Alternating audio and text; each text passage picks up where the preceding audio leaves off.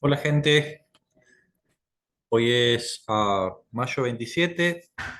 Estamos en un día holiday aquí, por lo menos en los Estados Unidos, al Memorial Day. Pero bueno, vamos a hacer rapidito la sesión 8. Todo el tema de tareas lo hacen ustedes y bueno, el tema de los exámenes, háganlo. Cosa que la semana que viene estemos en la sesión 8 para hacer las tareas, el examen. ¿Ok? Em, bueno, vamos a ir rapidito. La idea es que yo les presente a ustedes el material que vamos a dar y que vamos a explicar. Lo voy a tratar de dar más o menos rápido, como para que ustedes tengan una idea, quizás algunos comentarios, y usted pueda analizar, tocar algunos temas que pueda reflexionar, escribirlo en 500 palabras y enviármelos a... lo que yo les pido que me lo manden por email, ¿ok? Así, de esa manera yo tengo un récord. Usted me pone eh, reacción de la clase de la sesión 8, ¿ok? Bueno, voy a compartir.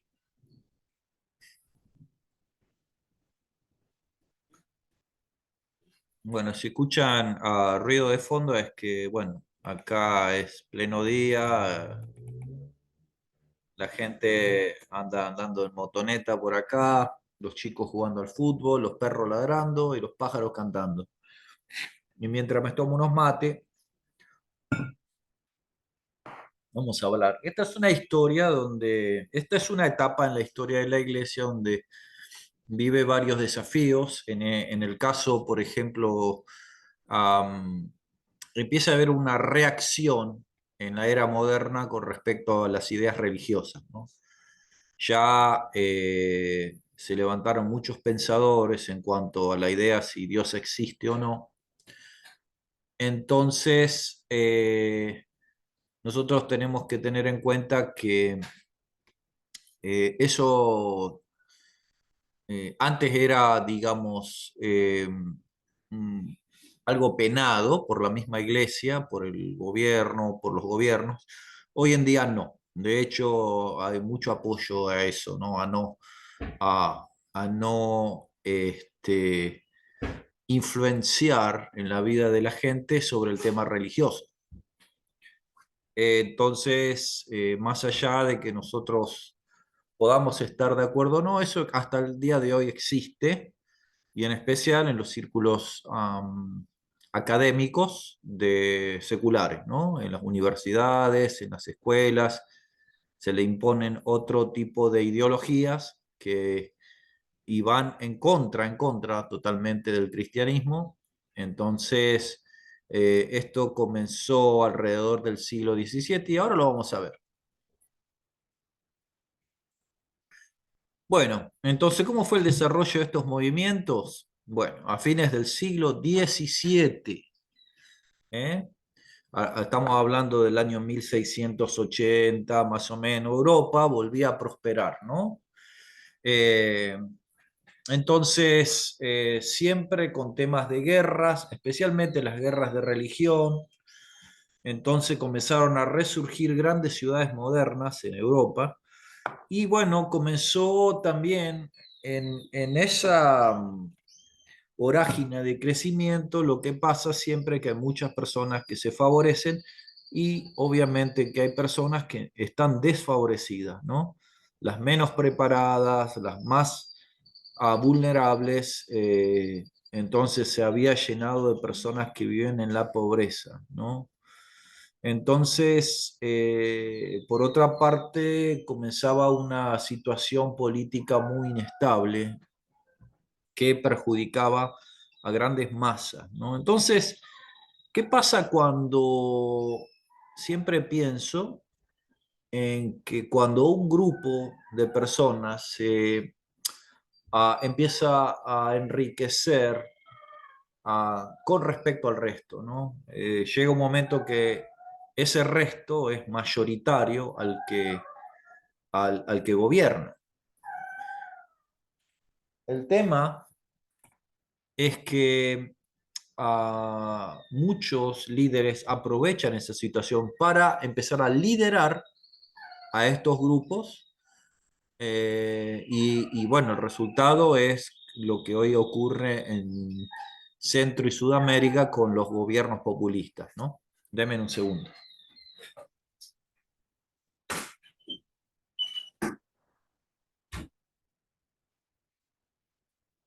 Bueno,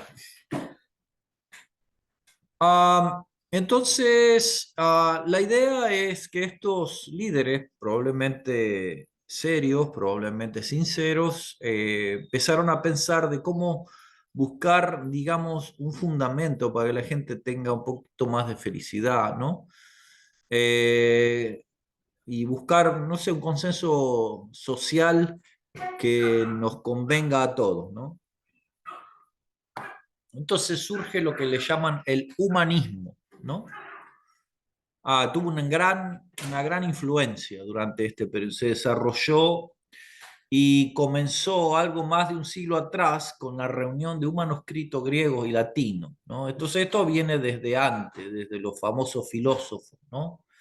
De este modo, los intelectuales del siglo XVII y del siglo XVIII, entonces procuraron poner en práctica este tipo de vida, este tipo de pensamientos griegos clásicos romanos, de manera que dejando de lado la Biblia, empezaron a darle lugar a la filosofía, ¿no? Entonces muchos de estos pensadores de estos siglos quisieron dar respuestas más seguras y más confiables a los interrogantes en cuanto al mundo, a lo humano y a, si se quiere, a lo de Dios, ¿no?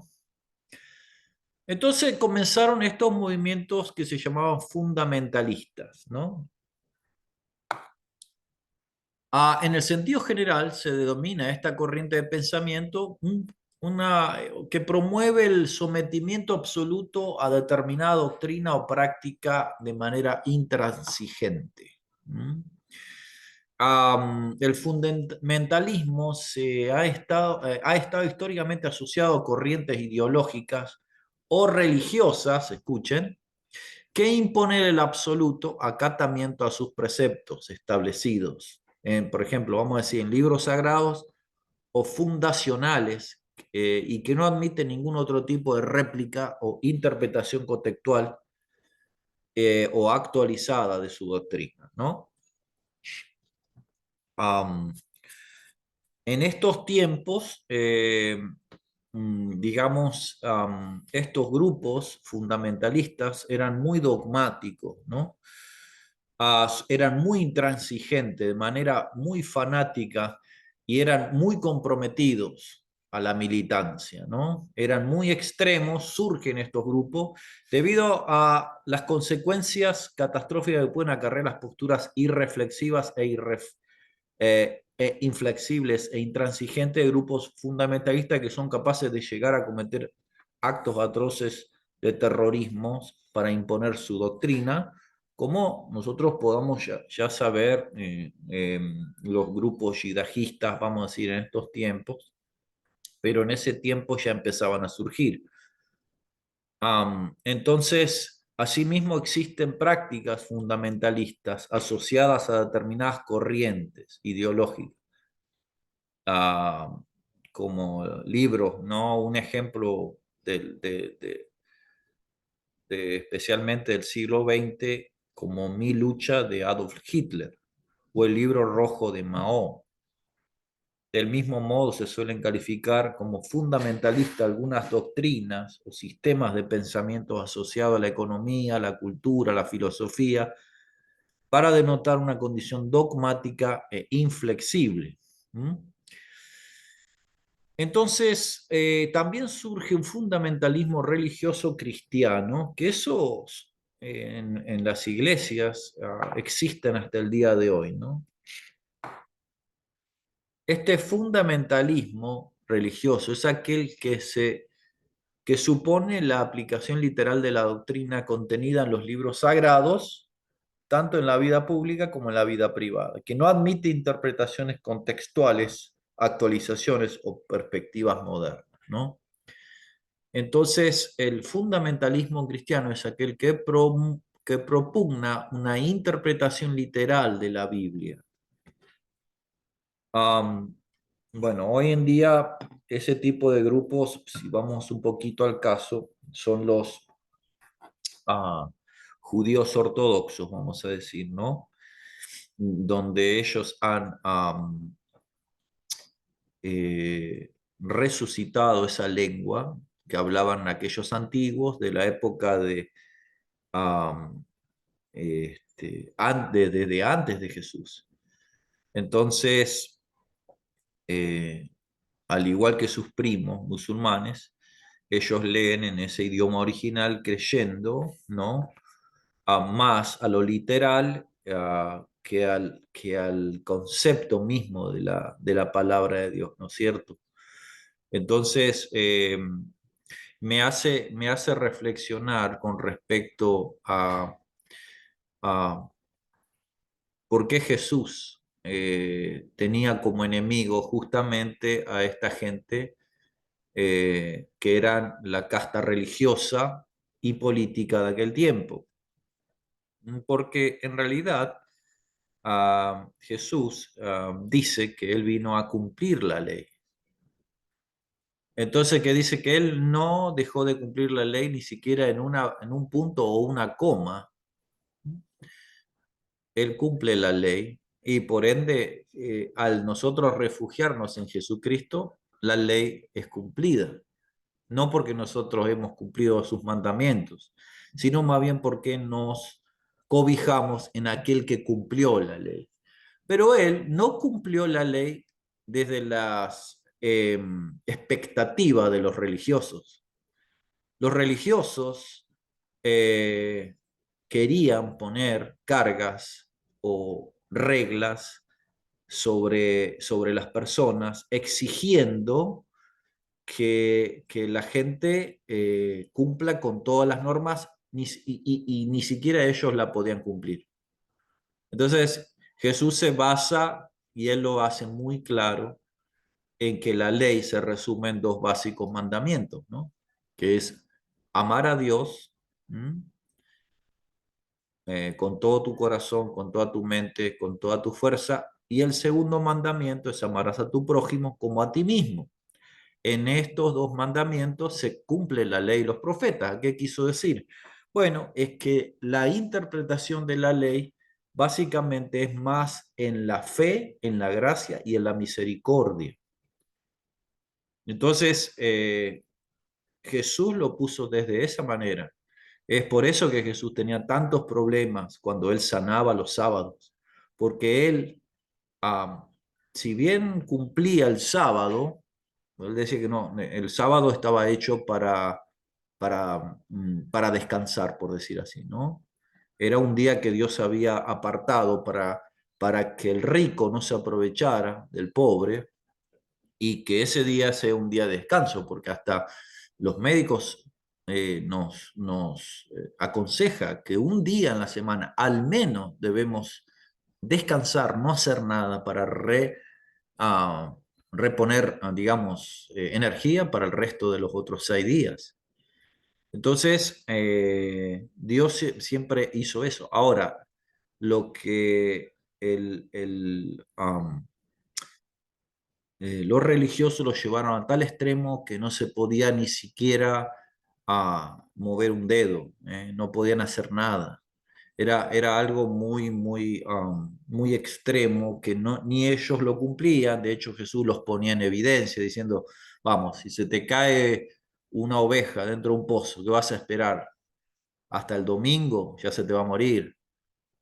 Tú vas a mirar a un lado, vas a mirar al otro, te vas a meter al pozo, la vas a sacar y vas a seguir. Entonces, ¿cuánto más vale la vida de una persona? Y lo sanaba, ¿no es cierto?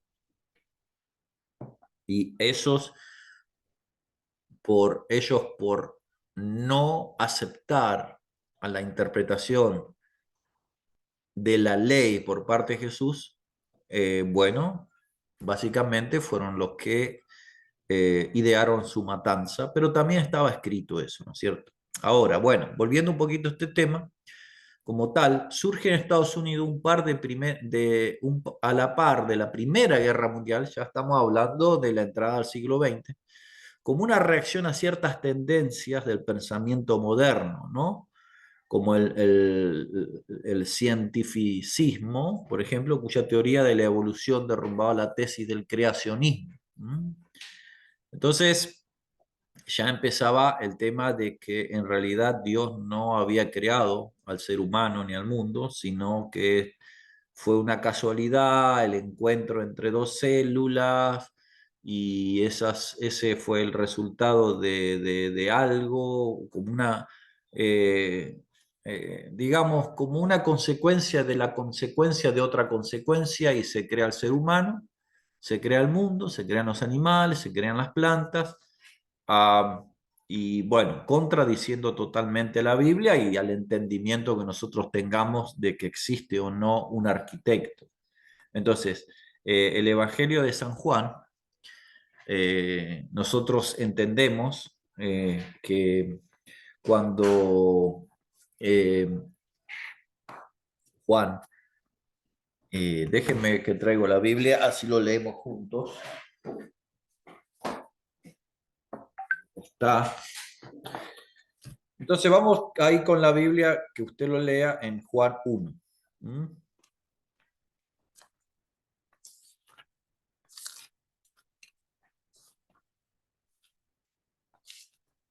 Juan 1. Dice, en el principio era el verbo, y el verbo era con Dios, y el verbo era Dios.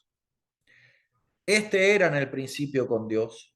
Todas las cosas por él fueron hechas, y sin él, de lo que ha sido hecho, fue hecho. Sin él, nada de lo que ha sido hecho fue hecho. En él estaba la vida, y la vida era la luz de los hombres. La luz de las tinieblas resplandece.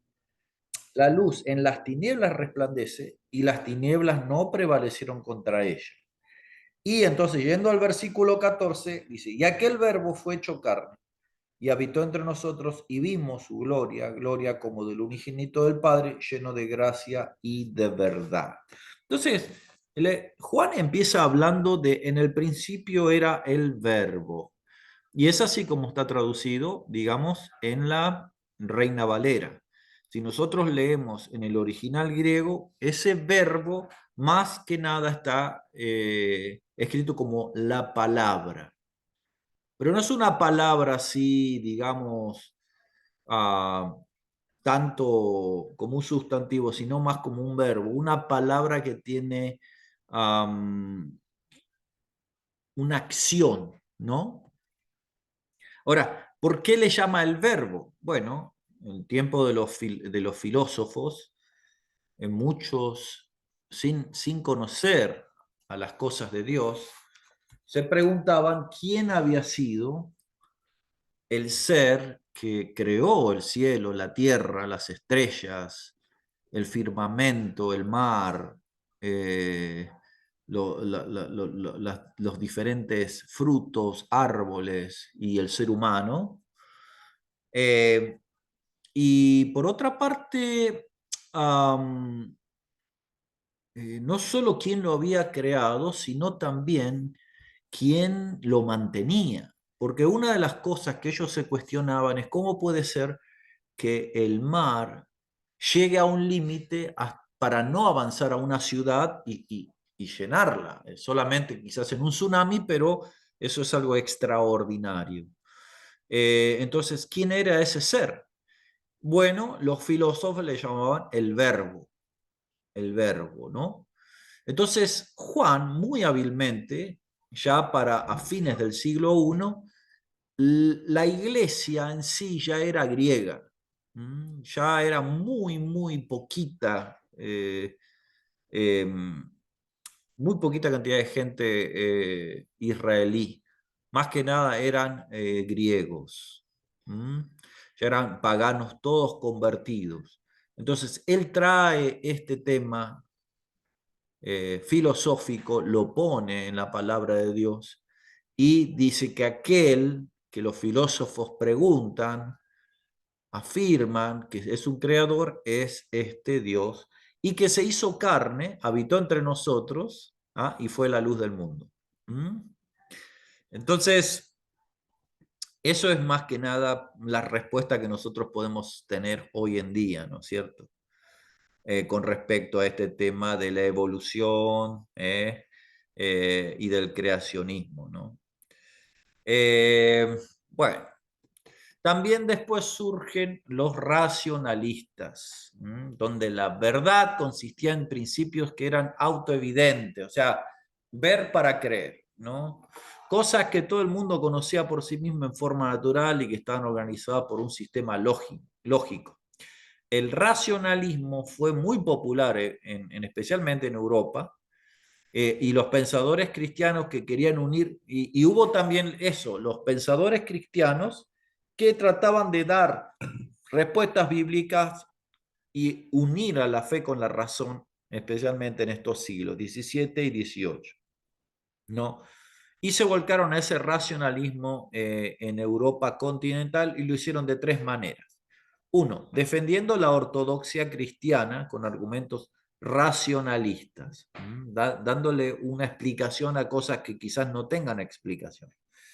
Dos, rehaciendo la teología cristiana y adecuarla a la filosofía racionalista y reemplazando el cristianismo con una religión universal filosófica. Entonces acá nosotros empezamos a ver que hubo gente ya, pensadores que querían cambiar eh, ciertas cosas de la palabra que solo nosotros las entendemos por fe. Entonces también surge el deísmo. Estas creencias que según estaban impresas en la mente de todo ser humano desde el momento del nacimiento eran cinco, podían ser resumidas como así. Dios existe. Dios debe ser adorado. La religión enseña que hay una diferencia entre el bien y el mal. El ser humano debe arrepentirse de sus pecados porque de lo contrario será castigado. Y después de la muerte hay una recompensa y castigos en la vida futura. ¿Mm? Bueno, este último acá vemos dos, perdón. El ser humano debe arrepentirse y después tiene que entender que hay recompensa y castigo, ¿no? Bueno, estas ideas básicas que siguieron a los deístas del siglo XVIII, que consideraban como una exposición y una síntesis del contenido de la religión natural, universal y racional, ¿no? Entonces, fíjese cómo esto se va armando para lo que realmente somos hoy, porque nosotros también pensamos así. A veces entendemos y cuando se levanta alguien que dice Dios no existe, no existe, nos escandalizamos. O si dicen Dios tiene que ser adorado de esta manera, y yo digo no necesariamente, pero si algunos piensan. ¿Eh? Entonces, hay un bien y hay un mal, todos entendemos eso, y que entendemos que todo ser humano debe arrepentirse de sus pecados, si no, lo que le espera, digamos, en la vida eterna es el castigo, ¿no? Entonces, esa es la base de lo que nosotros creemos. Entonces, hubo pensadores que lo van plasmando en libros donde los teólogos lo van aprendiendo y así se fue enseñando en las grandes universidades. Entonces, yo lo que siempre les digo a la gente en mis enseñanzas, en mis clases, que tenemos que entender que sí hay un cielo y sí hay un infierno. ¿Ok? El cielo, yo lo resumo de esta manera. El cielo es donde está Dios. Y el infierno es donde no está Dios. Muy fácil. Podemos enfocarnos ahora en el infierno, es decir, que es un lugar de fuego, donde el fuego nunca termina, donde hay azufre, donde hay demonios, donde el gusano nunca muere. donde, bueno, hay muchas teorías con respecto a eso. De hecho, muchos predicadores, a estos chicos que escuchan la música de heavy metal, dicen que les gusta el infierno. A muchos pastores dice, bueno, prenda la hornalla, que dígale que si aguanta 2 minutos con la mano ahí, entonces está preparado para el infierno. Entonces, son ilustraciones que se habla, pero eso no es lo grave del infierno, que te vas a quemar, que lo grave del infierno en esta vida, que si tú negaste a Dios, vas a ir al lugar donde no está Dios, y donde no está Dios, ya no hay esperanza, ya no hay un mañana, ya no hay una oportunidad. Un lugar donde no está Dios va a traer desesperación y ansiedad. Va a ser un sufrimiento constante, nunca más vas a tener paz. Entonces, eh, podemos tener muchas teorías, pero yo lo resumo de esa manera. En el cielo está Dios y en el infierno no está Dios. Y yo quiero estar donde está Dios. No importa si hay un mar de cristal, si las calles son de oro, no me interesa, eso no me interesa. Yo quiero estar donde está el Señor. Entonces, nosotros tenemos que entender esa postura. Así que si vamos a ser racionalistas, si vamos a ser deístas, tenemos que analizar también las cosas y no predicar con el infierno, entender y explicar a las personas de que todo tiene una consecuencia y lo que no se paga acá se pagará más adelante. Pero lo que nosotros tenemos que entender y tenemos que ser, somos agentes de reconciliación. El cristiano es un agente de reconciliación. A donde está el cristiano, tiene que llevar el mensaje de esperanza de la misma persona a que busque reconciliarse con el Creador, porque el Creador anhela que esta persona pase el resto de su vida con él. ¿Entienden? Entonces también surgen los masones. Hoy en día, ya en ese tiempo empiezan también estos grupos, empiezan en Inglaterra en el año 717 como una logia. No sé si ustedes saben que muchos dicen que Washington era un masón. En el sur, los grandes líderes mundiales, como el general San Martín, ¿cómo se llama este de acá del norte de Sudamérica? Bolívar, eran grandes masones, ¿no? Eran generales usados por la corona británica para liberar de España, para que Inglaterra pudiera tener, ya que no pudo conquistar esas tierras, pudiera tener acceso a las riquezas de esa tierra, ¿no? Y los masones tienen mucho de eso, ¿no? Entonces, estas prácticas eran grandes sociedades secretas que existen hasta el día de hoy. Pero he aquí que surge también de un sacerdote anglicano, de la iglesia anglicana, de la iglesia inglesa, que se llamaba Santiago Anderson. Por fin primario era un incremento de la filantropía. ¿Qué es la filantropía? Bueno, es la tendencia a procurar el bien de las personas de manera desinteresada, incluso a costa de interés propio y de la fraternidad universal.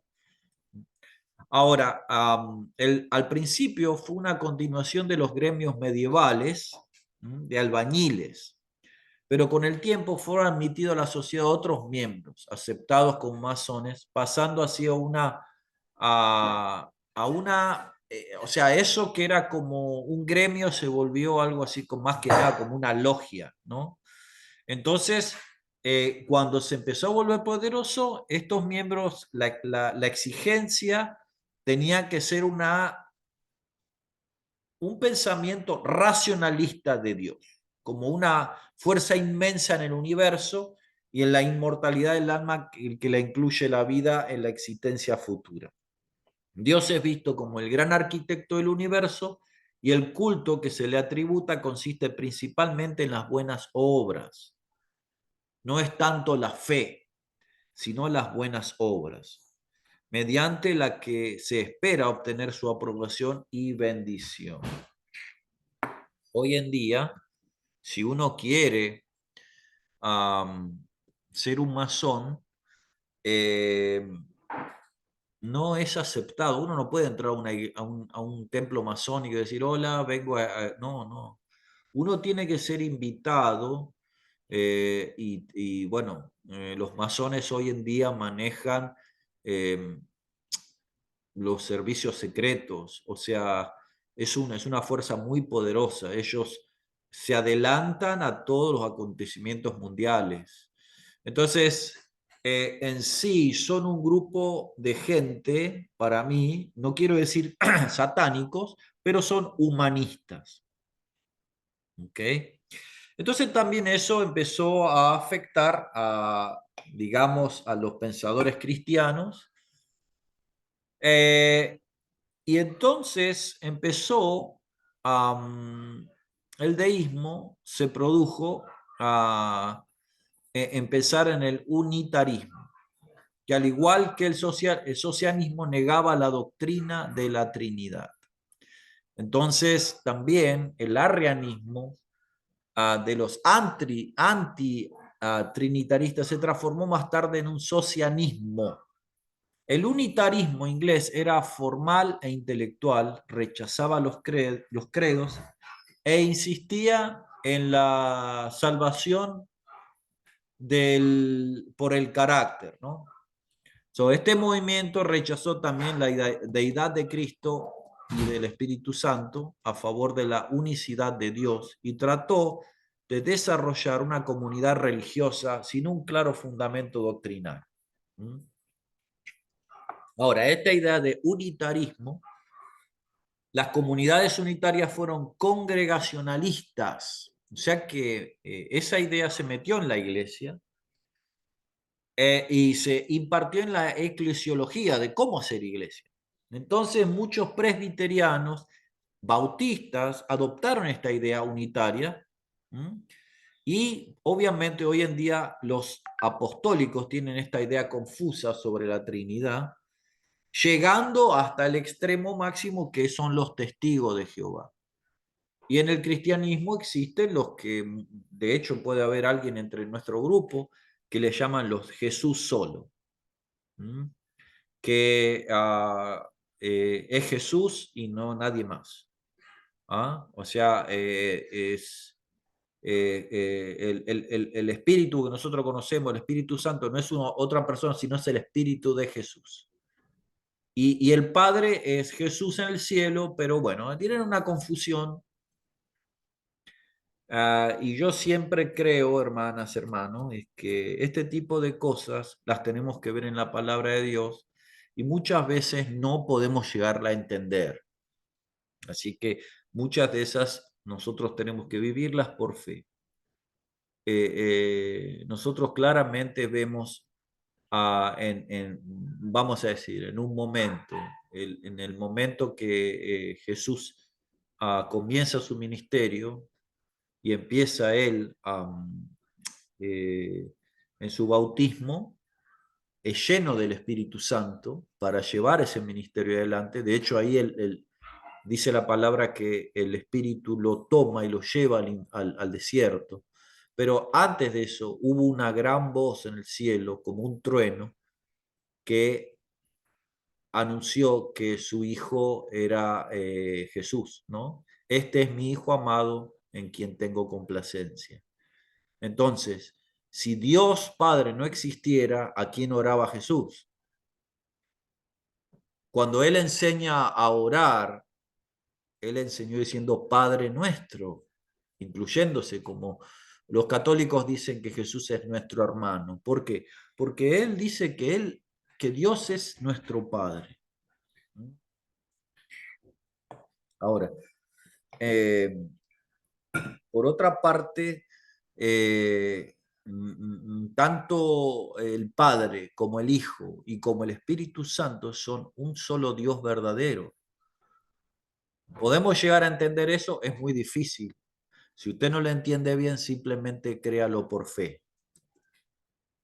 Entonces, también surge un movimiento de una persona que se llama Marx y crea el marxismo, ¿no? Esta teoría de ideas propuestas por este señor en el siglo XIX, acá dice un brillante filósofo, yo diría un simple filósofo y periodista alemán, en colaboración de un tal Engel, quien desempeñó un papel clave para el desarrollo de sus teorías. O sea que Karl Marx las escribe y Engel es el quien las, las intenta poner en práctica, ¿no? Entonces, el marxismo, ¿qué es lo que es?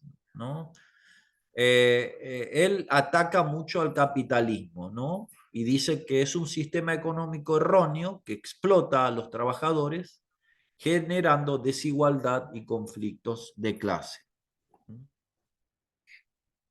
El marxismo aboga por una sociedad igualitaria, sin clases sociales, la abolición de la propiedad privada y la redistribución de la riqueza, ¿no?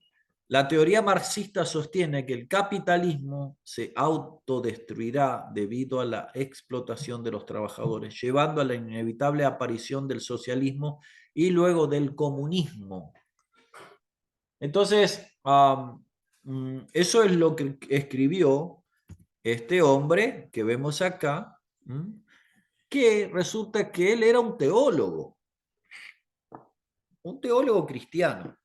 Pero un teólogo sin destacarse mucho, un teólogo de medio pelo, ¿no?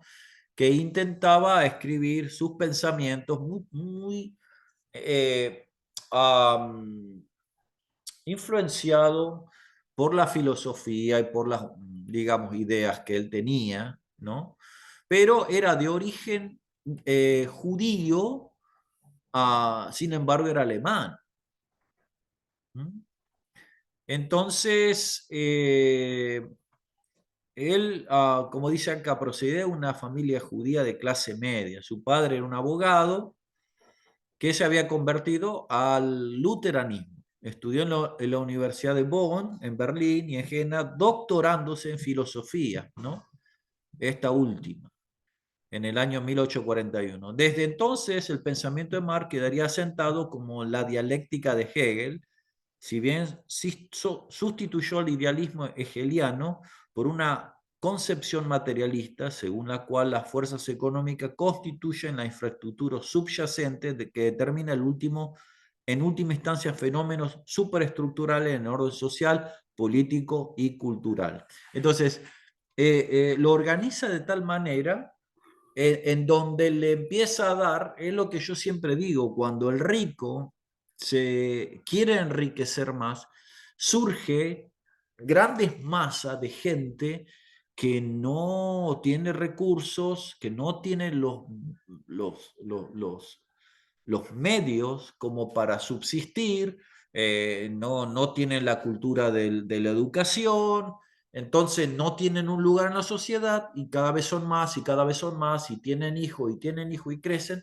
y surgen líderes que digamos, tratan de darle un lugar siendo ciertamente violentos. ¿Ok? Entonces, él escribe este libro, El Capital. A donde, digamos, Marx profundizó en el plan de estudio de economía política clásica, apoyando fundamentalmente el modelo de David Ricardo. Construyó su propia doctrina económica que plasmó el Capital. Desde esa obra monumental solo llegó a publicar el primer volumen, mientras que los dos restantes los editaría después después de la muerte de su amigo Engels, poniendo en orden manuscritos preparados por Marx. Entonces, partiendo de la doctrina clásica que el ser humano produce valor, ¿no? Marx señaló la explotación del trabajador patente de la extracción de la plusvalía, es decir, la parte del trabajo no pagada al obrero y apropiada por el capital, donde surge una acumulación del capital. Y denunciaba a ello la esencia injusta, ilegítima y violenta del sistema económico capitalista en el que se veía la base de la dominación de clase que ejercía la burguesía. Como un ejemplo? A ver, vamos a decir que a uno de nosotros, por ejemplo, tiene una fábrica de sillas. Entonces, combina en darle al trabajador un dinero, vamos a decir, se le va a pagar 50 pesos o 50 dólares por día. Entonces, para que el trabajador fabrique la silla y el capitalista pueda salir al mercado a venderla. Entonces, ¿qué le cuesta la inversión del dueño, digamos, del patrón? Básicamente es baja, pero lo que le paga al obrero es quizás la venta de una silla, pero resulta que el tipo vende 20 sillas. Entonces, el dueño, por ser, digamos, el dueño del negocio, se lleva la ganancia de 19 sillas y con la venta de una silla le paga al obrero que hizo 20 sillas. Entonces, ahí está el tema que Marx explica sobre la explotación. ¿Mm? A ver, y hay muchas posiciones respecto a eso, porque, a ver, si fuera una repartija así, entonces el dueño básicamente no le interesaría armar un negocio. Entonces hay muchas cosas que no sé si se han tenido en cuenta, pero ellos reemplazan, vamos a decir, al patrón por el Estado. El Estado es el que va a dominar, es el que va a gobernar, es el que va a manejar las empresas para que la gente tenga alimento en la casa. El problema con este pensamiento es que la gente que ha llegado al Estado, muchos están sin escrúpulos, se han enriquecido, como se han enriquecido los patrones, nada más a costa de la idea del marxismo. Porque yo no conozco ningún zurdo pobre, no conozco, ¿eh? Todos se han enriquecido con esa idea, ¿eh? Bueno, ¿qué dijo sobre el cristianismo, no?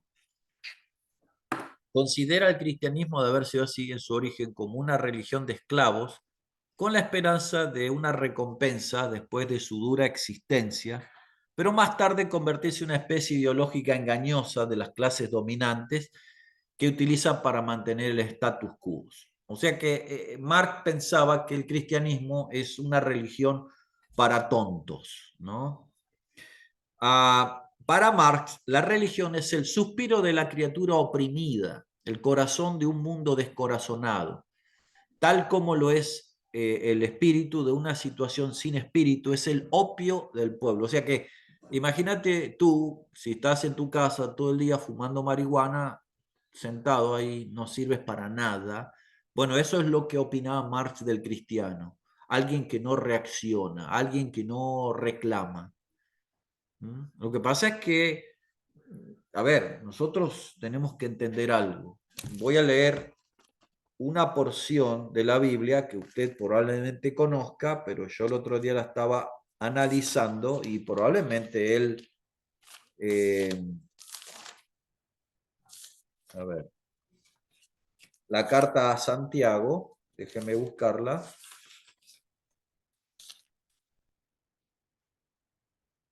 Ah, fíjese, Santiago 5. Vamos ahora ricos, dice, llorad y aullad por las miserias que os vendrán. Vuestras riquezas están podridas y vuestras ropas comidas de polilla. Vuestro oro y plata están enmohecidos y su moho testificará contra vosotros y devorará del todo vuestras carnes como fuego. Habéis acumulado tesoro para los días postreros. He aquí clama el jornal de los obreros que han cosechado vuestras tierras, el cual por engaño no les ha sido pagado por vosotros. Y los clamores de los que habían cegado han entrado en los oídos del Señor de los ejércitos. Habéis vivido en deleites sobre la tierra y sido disolutos. Habéis engordado vuestros corazones como en los días de la matanza. Habéis condenado y dado muerte al justo, y él no os hace resistencia. El versículo 7 dice, por tanto, hermanos, tened paciencia hasta la venida del Señor. Mirad cómo el labrador espera el precioso fruto de la tierra, aguardando con paciencia hasta que reciba la lluvia temprana y tardía. Entonces, a Marx, este tipo de mensaje le daba bronca. Decía, no, no, ¿qué esperar al Señor? Vamos a tomar las tierras. Dios nos dio estas tierras, vamos a tomarlas. Vamos a matar a los ricos y hagamos nosotros todos juntos que para ser felices. Y bueno, a ver, no creo que sea de Dios hacer eso. Si no, Dios lo diría. Campesinos, por favor, agarren sus armas y levántense contra aquellos que tienen mucho. A ver, la Biblia siempre se ocupa de la opresión del rico contra el pobre, pero también la Biblia habla claramente que nosotros no debemos tener envidia de ellos. ¿Ok? Entonces, podemos hablar sobre el tema de la riqueza o no, pero hermanas, hermanos, nosotros no somos llamados primeramente ni a ser partícipes de un grupo de izquierda, ni tampoco estar a favor de los de derecha. El cristiano tiene que mantenerse en la creencia de que el Señor es el que va a suplir, es el que nos va a ayudar, es el cual nosotros obedecemos y vivimos por fe. Sí podemos votar porque es nuestra parte de ciudadanía, ¿no? Y Dios nos guía a votar por el mejor. Pero yo, la verdad, sinceramente, eh, um, poniendo como ejemplo al mismo Jesucristo, él vivió en un tiempo político de mucha turbulencia, ¿ok? Sin embargo, yo nunca vi a Jesús diciéndolo a sus discípulos, mirá, mejor vamos a ver, no me gusta mucho Pilato, pero vamos a ver si podemos poner a, a Bartolomé o a Pedro ahí en ese lugar para que tengamos un gobierno cristiano. Yo nunca vi a Jesús haciendo eso. Jesús nos manda a sus seguidores a hacer discípulos para llevar el mensaje de salvación, y para tener compasión por el pobre, igual que lo hizo él, ¿no es cierto? Entonces, continuando con esto, surgen muchos países comunistas y socialistas donde se han opuesto al cristianismo. Uno había sido Rusia, que fracasó rotundamente, Alemania Oriental y otros países. Hoy en día siguen insistiendo. Cuba es la gran escuela de izquierda de Sudamérica, y todos los países que siguen su doctrina van camino a la perdición, ¿no es cierto? Como Venezuela, Nicaragua, Colombia ahora, Argentina, Chile. No hay una prosperidad y cada vez hay más pobres. Aman tanto a los pobres que los multiplican. ¿Ok? Entonces, la iglesia se hizo sólida y cada vez más multitudinaria eh, en estos países que han perseguido al cristianismo, porque fíjense, la matemática de Dios funciona en la persecución. Nosotros aquí en los Estados Unidos queremos crear un gobierno cristiano, pero ese no es el plan de Dios, porque ahí es cuando las personas más se amoldan a la comodidad, ¿ok? Y empiezan a pensar que el Dios al cual servimos de prosperidad, y nosotros ya no empezamos a buscar a Dios por quién es Él, sino por lo que Él provee. Nosotros, provea o no provea a Dios, la gloria siempre va a ser para Él. ¿Ok? Entonces,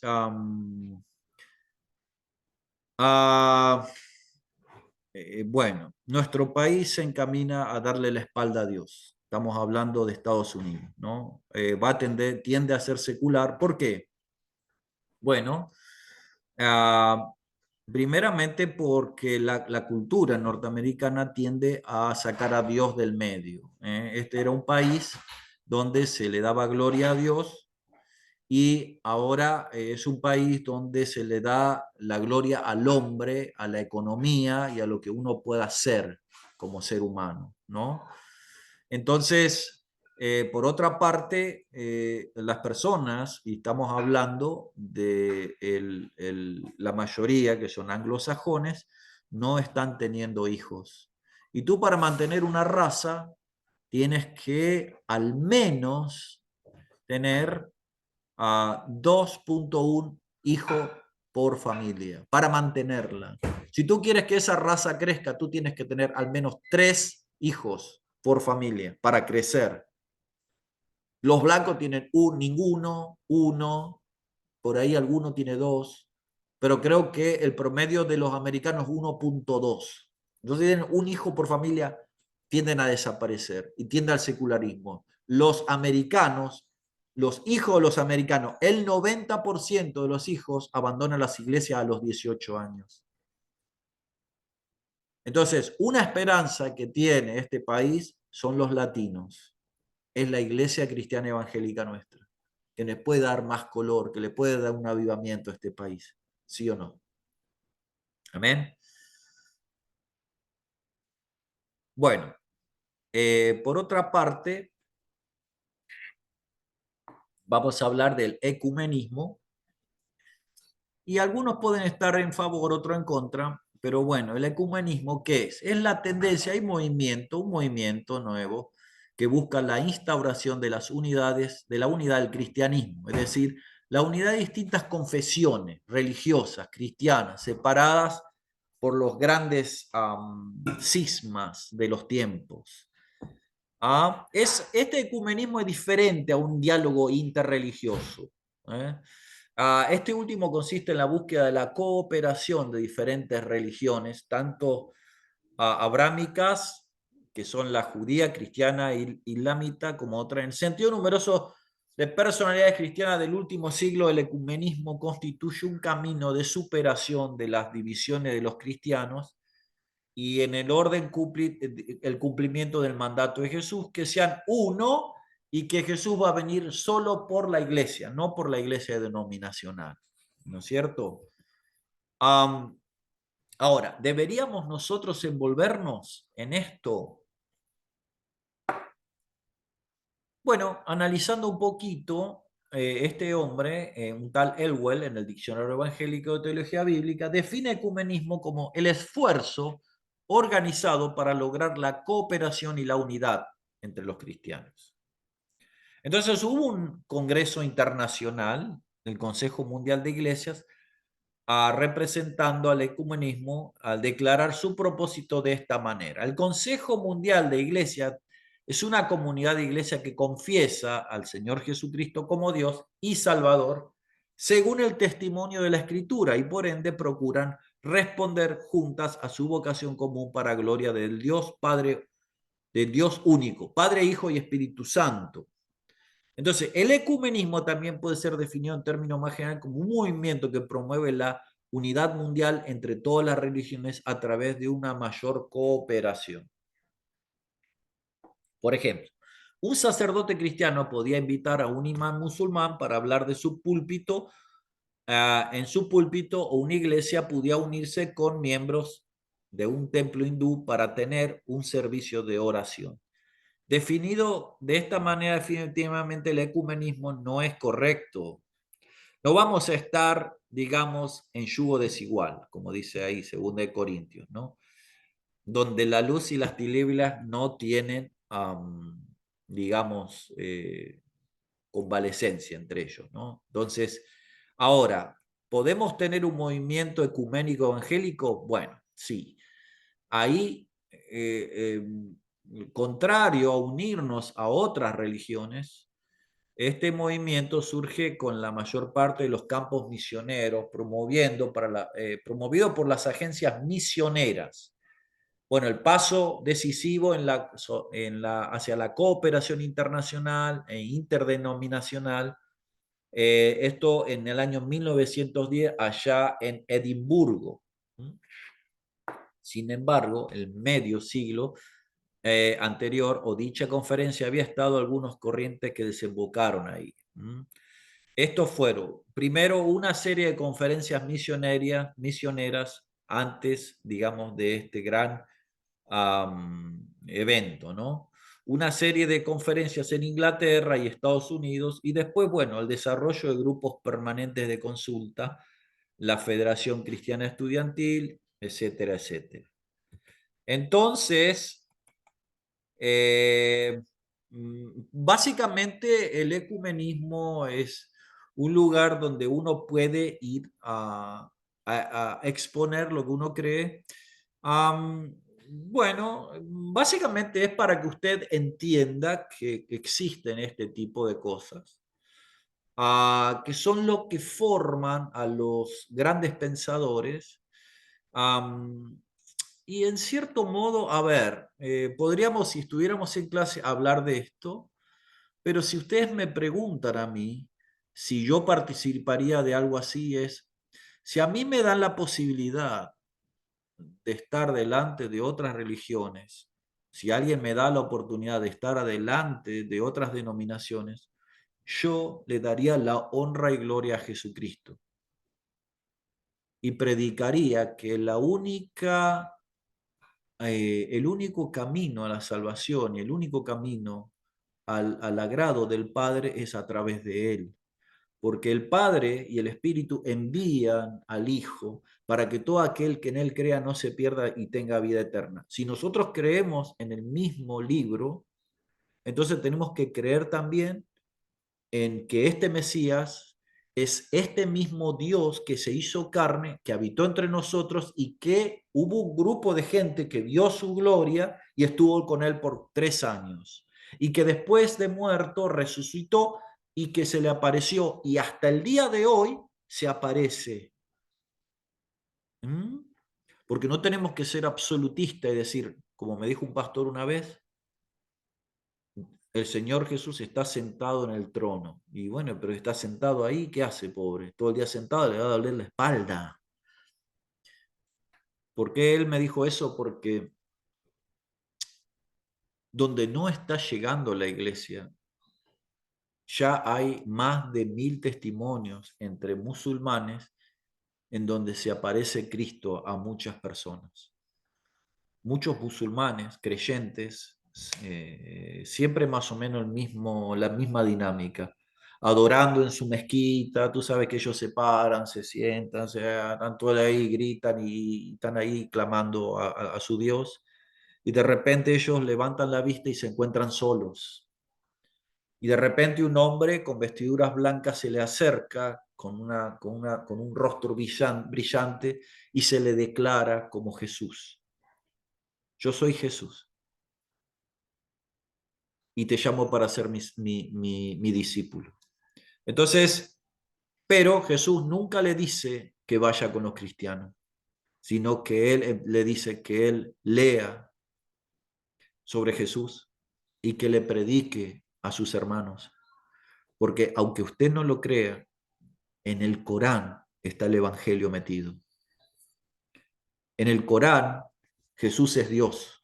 En el Corán, Jesús nació de una virgen que fue embarazada por el Espíritu de Dios. En el Corán, Jesús es el Mesías, es el Salvador. En el Corán, Jesús levanta muertos. Entonces, las personas que empiezan a leer el Corán buscando al Mesías lo van a encontrar en Jesús, no en otro. Y el nombre de Jesús está muchas veces más nombrado que incluso que el profeta Mahoma. Entonces, Dios no dejó nada librado al azar. A Dios le interesa que el ser humano venga otra vez a reconciliarse con Él. Y todos estos movimientos que hemos visto, todos estos movimientos filosóficos que surgen y que van a seguir surgiendo, simplemente es bueno conocerlos. ¿Por qué? Porque vienen siempre gente pensando, hablando, trayendo como alternativa, tratando de reemplazar a Dios. Y a Dios no se lo reemplaza, Dios es, Dios está, Dios vive aquí. ¿Eh? Y nosotros somos iglesia, no tanto porque nos lo merecemos, sino porque Dios nos escogió y habita en nuestros cuerpos, en estos vasos, ¿no? En estos vasos imperfectos. ¿Ok? Así que bueno, esta es la clase de hoy. Yo lo que ahora les pido que vayan tomando nota y que tengan alguna reacción de uno, dos, tres temas que les haya gustado, escriban algo, me lo envían a mi email que está en el sílabo. Igual lo voy a poner ahora en el WhatsApp para que lo tengan. Así que ahora en un ratito ya les va a llegar, probablemente cuando ya vean esto, probablemente ustedes ya han visto el link. Les mando un gran abrazo, espero que hayan disfrutado este día hoy libre y que tengan un hermoso resto de fin de semana. ¿Ok? Muchas bendiciones.